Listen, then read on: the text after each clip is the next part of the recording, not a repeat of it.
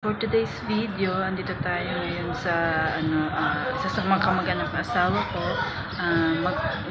Po sila magpapadasal kasi 5th year death anniversary po ng asawa niya.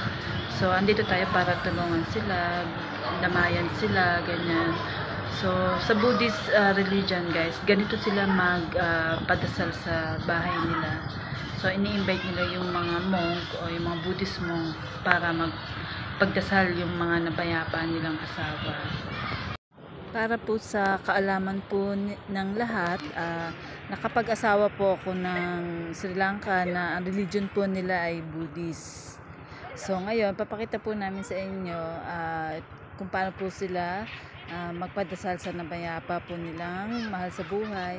Ayan po, in-invite po namin ang mga monk. Papasok po, pero habang papasok po sila, dapat po hugasan po at punasan po ang kanilang mga paa ng mga close relative punong namayapa. So ngayon po, papasok po sila sa loob ng bahay para po umpisahan na po ang pagdadasal.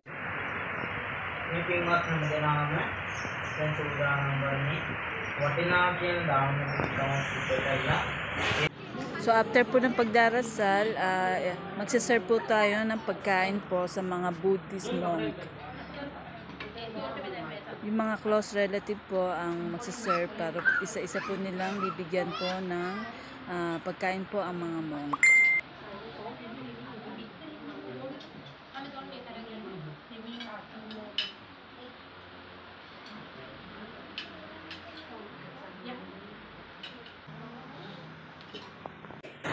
So guys, ito nga pala yung mga pagkain na niluto at isinerve sa mga Buddhist monk.